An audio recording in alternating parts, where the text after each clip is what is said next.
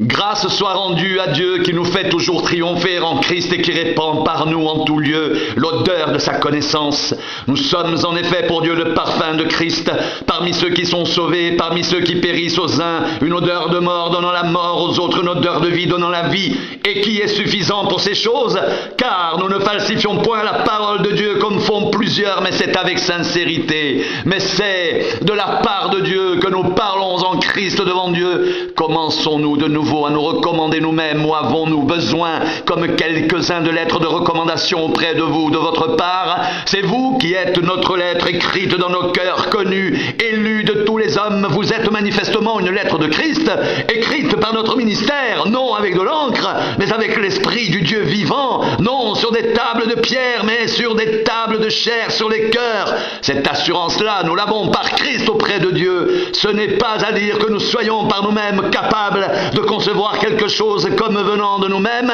Notre capacité, au contraire, vient de Dieu. Il nous a aussi rendus capables d'être ministres d'une nouvelle alliance, non de la lettre, mais de l'esprit, car la lettre tue, mais l'esprit vivifie. Or, si le ministère de la mort gravé avec des lettres sur des pierres a été glorieux, au point que les fils d'Israël ne pouvaient fixer les regards sur le visage de Moïse à cause de la gloire de son visage, bien que cette gloire ait été passagère, combien le ministère de l'Esprit ne sera-t-il pas plus glorieux? Si le ministère de la condamnation a été glorieux, le ministère de la justice est de beaucoup supérieur en gloire.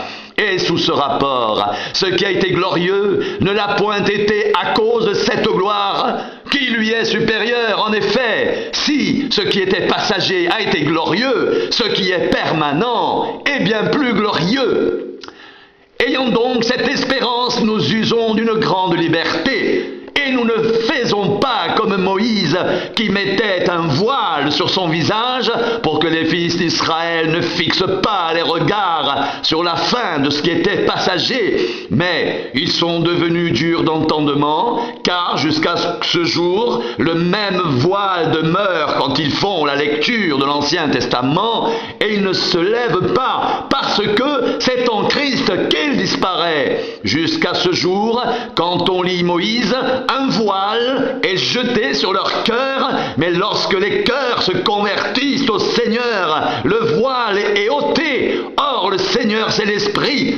Et là où est l'Esprit du Seigneur, là est la liberté. Nous tous, dont le visage découvert reflète la gloire du Seigneur, nous sommes transformés en la même image, de gloire en gloire par l'Esprit du Seigneur. C'est pourquoi, ayant ce ministère selon la miséricorde qui nous a été faite, nous ne perdons pas courage, nous rejetons les choses honteuses qui se font en secret, nous n'avons point une conduite astucieuse, et nous n'altérons point la parole de Dieu, mais en publiant la vérité, nous nous recommandons à toute conscience d'homme devant Dieu. Si notre évangile est encore voilé, il est voilé pour ceux qui périssent, pour les incrédules, dont le Dieu de ce siècle a aveuglé l'intelligence afin qu'ils ne voient pas briller la splendeur de l'évangile, de la gloire de Christ qui est l'image de Dieu. Nous ne nous prêchons pas nous-mêmes, c'est Jésus-Christ le Seigneur que nous prêchons, et nous nous disons vos serviteurs à cause de Jésus, car Dieu qui a dit la lumière brillera du sein des ténèbres a fait briller la lumière dans nos cœurs pour faire resplendir la connaissance de la gloire de Dieu sur la face de Christ. Nous portons ce trésor dans des vases de terre afin que cette grande puissance soit attribuée à Dieu et non pas à nous.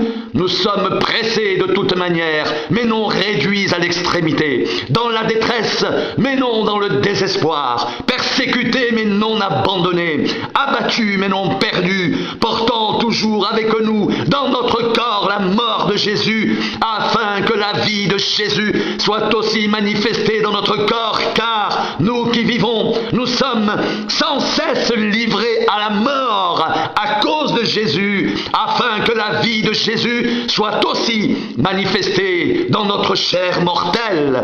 Ainsi la mort agit en nous et la vie agit en vous. Et comme nous avons le même esprit de foi qui est exprimé dans cette parole de l'Écriture, j'ai cru, c'est pourquoi j'ai parlé. nous aussi nous croyons. Et c'est pour cela que nous parlons, sachant que celui qui a ressuscité le Seigneur Jésus nous ressuscitera aussi avec Jésus et nous fera paraître avec vous en sa présence. Car tout cela arrive à cause de vous, afin que la grâce en se multipliant fasse abonder à la gloire de Dieu les actions de grâce d'un plus grand nombre. C'est pourquoi nous ne perdons pas courage, et même si notre homme extérieur se détruit, notre homme intérieur se renouvelle de jour en jour, car nos légères afflictions du moment présent produisent pour nous, au-delà de toute mesure, un poids éternel de gloire. Parce que nous regardons non point aux choses visibles, mais à celles qui sont invisibles. Car les choses visibles sont passagères et les invisibles sont éternelles.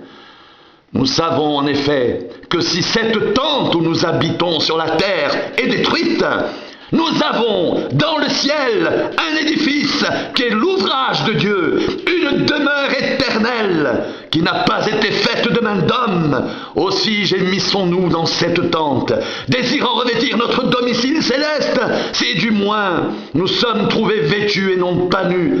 Car tandis que nous sommes dans cette tente, nous gémissons accablés, parce que nous voulons non pas nous dépouiller, mais nous revêtir, afin que ce qui est mortel soit englouti par la vie.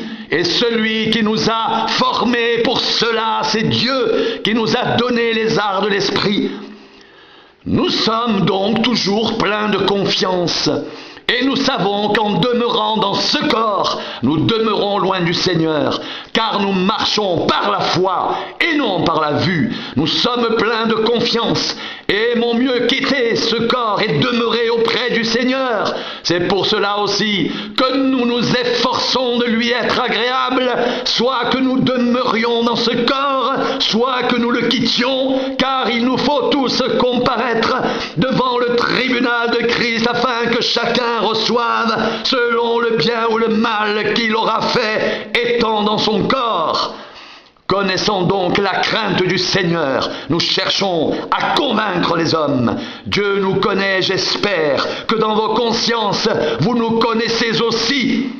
Nous ne nous recommandons pas de nouveau nous-mêmes auprès de vous, mais nous vous donnons l'occasion de vous glorifier à notre sujet, afin que vous puissiez répondre à ceux qui tirent gloire de ce qui est dans les apparences et non dans le cœur. En effet, si je suis hors de sens, c'est pour Dieu, et si je suis de bon sens, c'est pour vous, car l'amour de Christ nous presse, parce que nous estimons que si un seul est mort, pour tous, tous donc sont morts, et qu'il est mort pour tous, afin que ceux qui vivent ne vivent plus pour eux-mêmes, mais pour celui qui est mort et ressuscité pour eux. Ainsi, dès maintenant, nous ne connaissons personne selon la chair, et si nous avons connu Christ selon la chair, maintenant, nous ne le connaissons plus de cette manière.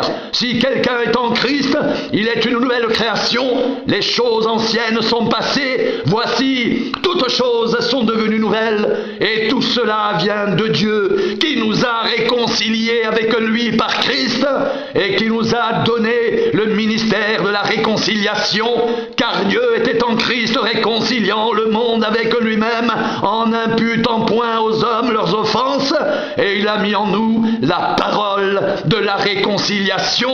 Nous faisons donc les fonctions d'ambassadeurs pour Christ, comme si Dieu exhortait par nous. Nous vous en supplions, au nom de Christ, soyez réconciliés avec Dieu. Celui qui n'a point connu le péché, il l'a fait devenir péché pour nous, afin que nous devenions en lui justice de Dieu.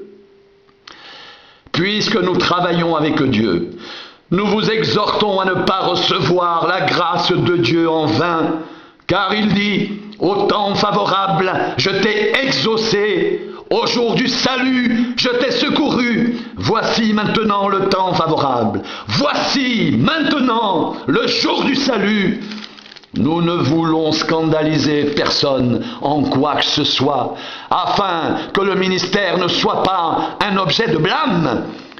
Mais nous nous rendons recommandables à tous égards, comme serviteurs de Dieu, par beaucoup de patience dans les tribulations, dans les calamités, dans les détresses, sous les coups, dans les prisons, dans les séditions, dans les travaux, dans les veilles, dans les jeûnes, par la pureté, par la connaissance, par la longanimité, par la bonté, par l'Esprit Saint, par un amour sincère, par la parole de vérité, par la puissance de Dieu, par les armes offensives et défensives de la justice, au milieu de la gloire et de l'ignominie, au milieu de la mauvaise et de la bonne réputation, étant regardé comme un posteur, quoique véridique, comme inconnu, quoique bien connu, comme mourant, et voici nous vivons, comme châtiés, quoique non mis à mort, comme attristés.